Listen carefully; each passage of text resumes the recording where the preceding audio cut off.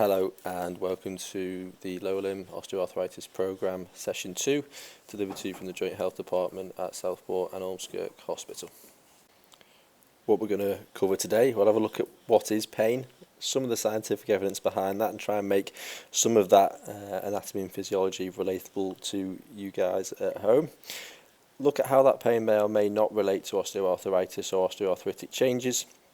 And then looking at the disuse cycle, what can happen over time with OA, accurate goal setting, the importance of pacing and taking our time with certain tasks, and then also how to cope with those bad days as and when they come.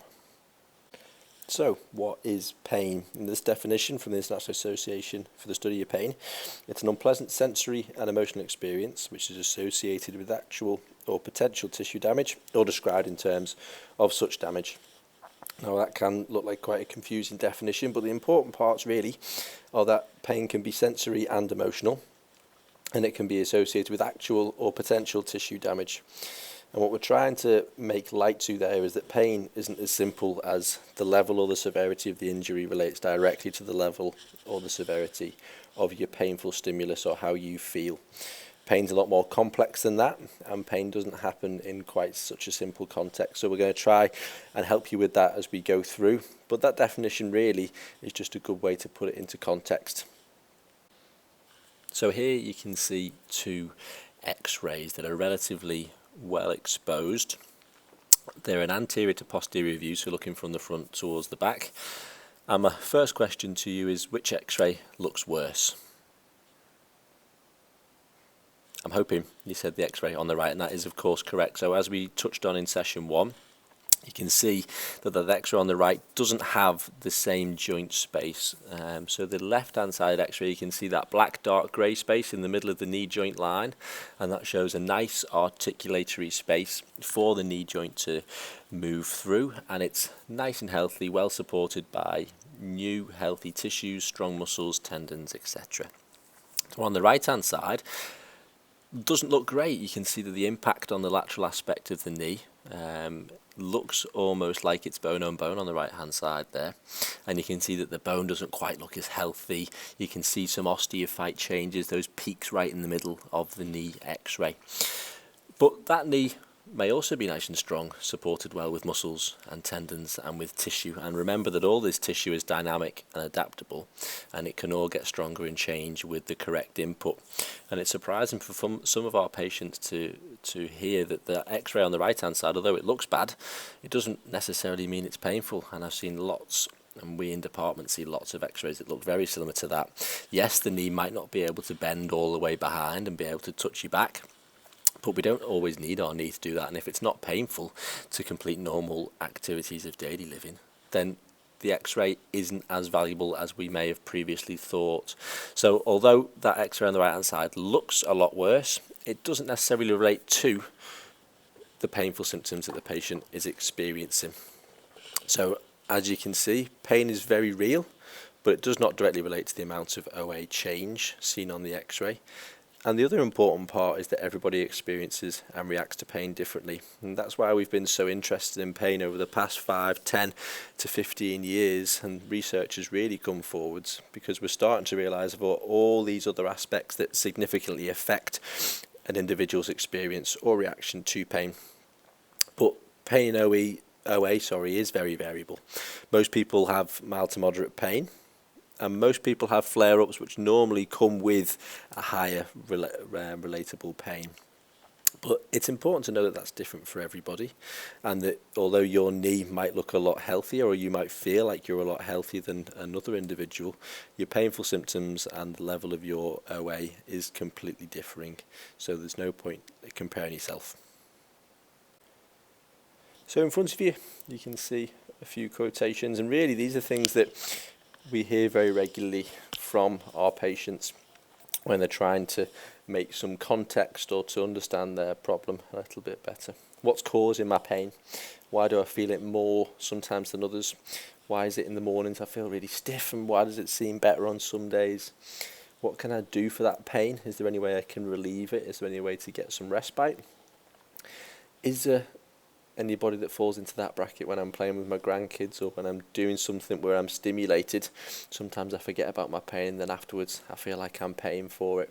And all these things are very normal questions to have when we're linking our patients and osteoarthritis, and hopefully we'll help to answer some of those questions throughout the presentations here. But we're just going to skip through to the disuse cycle. Now, this is something that we use very regularly as part of our treatment and part of our explanation to our patients. So at the top of that flow chart, you can see pain and stiffness, and that is normally the first symptom that anybody gets. It's painful, sometimes it's stiff, sometimes it's not, but if it's painful we try to avoid it, because as a human reaction we don't want to be in pain.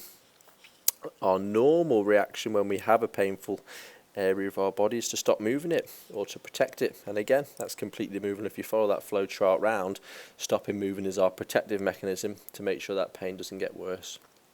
What then happens on a physiological level, if you follow it round to the bottom, is that we start to get slightly stiffer joints and slightly weaker muscles. So the joints themselves will lubricate less, so all that lovely fluid that's normally sent into the joints when it's moving isn't sent in as much because we're not moving it as much. So the joint itself isn't as well lubricated, and sometimes the tendons and capsule can then get a little bit tighter in and around then, with some elastic effect. Muscles react very quickly to activity, but they also react very quickly to inactivity. So when we stop moving or stop using our muscles and stop that requirement for them to load and work and be stimulated, they very quickly can waste away. And we know from some statistics from hospitals that if you're lying down for a couple of days, you can lose 14 to 18% of your global muscle mass. So you can imagine that if you're resting a particular area of the body and you apply some of that theory to it, then we know that those muscles will quite easily start to get weaker. We don't always notice that stage as patients, the stiffer and the weaker part. We sometimes just relate that to more pain and stiffness. And then what happens if you follow the flow chart back up towards pain and stiffness? There's an inability to do normal activity. And that inability to do normal activity doesn't happen overnight, but it's because of that process of being pain and stiff, trying to protect yourself. Then we get those physiological changes, and then we have an inability to do normal activity. The pain and stiffness can then get worse, and this cycle will become vicious and continues and continues and continues. And the most worrying part for us, outside of your painful symptoms, is that muscles are continually getting weaker and joints are continually getting less mobile and getting stiffer. So what can we try and do to change that? Instead of completely stopping movement and avoiding all painful movement, it's important that we go right off that flow chart and look at relative rest rather than complete rest. So resting through periods when your pain is particularly painful, and then when you're allowing yourself to do a little bit more movement, it's important that you complete activity as soon as possible. This can be really simple at first. It can just be chair-based exercise. It can be walking up and down the stairs a couple more times in that particular day if you're feeling well. And then it's a gradual return to normal activity, but understand that to get that gradual return to normal activity, we need to put a bit of work in. And if we've lost some muscle strength and we know that our joints aren't quite in the condition they normally are, that change to get them better again isn't going to happen overnight. We need to be consistent, and we need to complete the correct activities and doing those in the right environments. And that's all part of those exercise plans that we'll have sent out to you or that you can access through your physiotherapist. It's also important that we look at setting goals. So after your diagnosis with osteoarthritis, you know that you're going to have arthritis now for the rest of your life to some extent. Our job is to try and make that condition as manageable as possible, and that means adapting to certain situations and adapting the way that you're looking forward. So first of all, think about what's important to you. What activity, exercise, inclusion, family activity is important to you, and what is it that you want to complete? It might be balls like in this picture here. It might just be walking around the park once a week with your grandchildren. It might be going on a bike ride a couple of times a week. But think about what that is and what you really want to do. So try and put that pain and the aggravation of your arthritic changes to one side for a moment and think about what is that task that you want to do or want to complete, or several tasks that you want to do and complete. And then think about what's realistic, when it's realistic to complete them, where you can do it, who you can do it with, and how you can do it. Be smart and think about those aspects, plan them out. And if you start with enough information about who, what, why, where, when, then you put yourself in a good position moving forwards to adapt that and progress it. And once you start somewhere, you can move forwards with it. And that links directly really into pacing. So it's really important that we don't think about the tasks that we could do 5 years ago, 10 years ago, 15 years ago, and how we did them.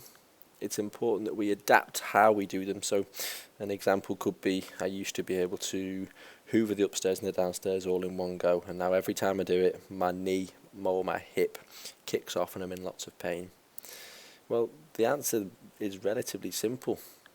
Split that task up.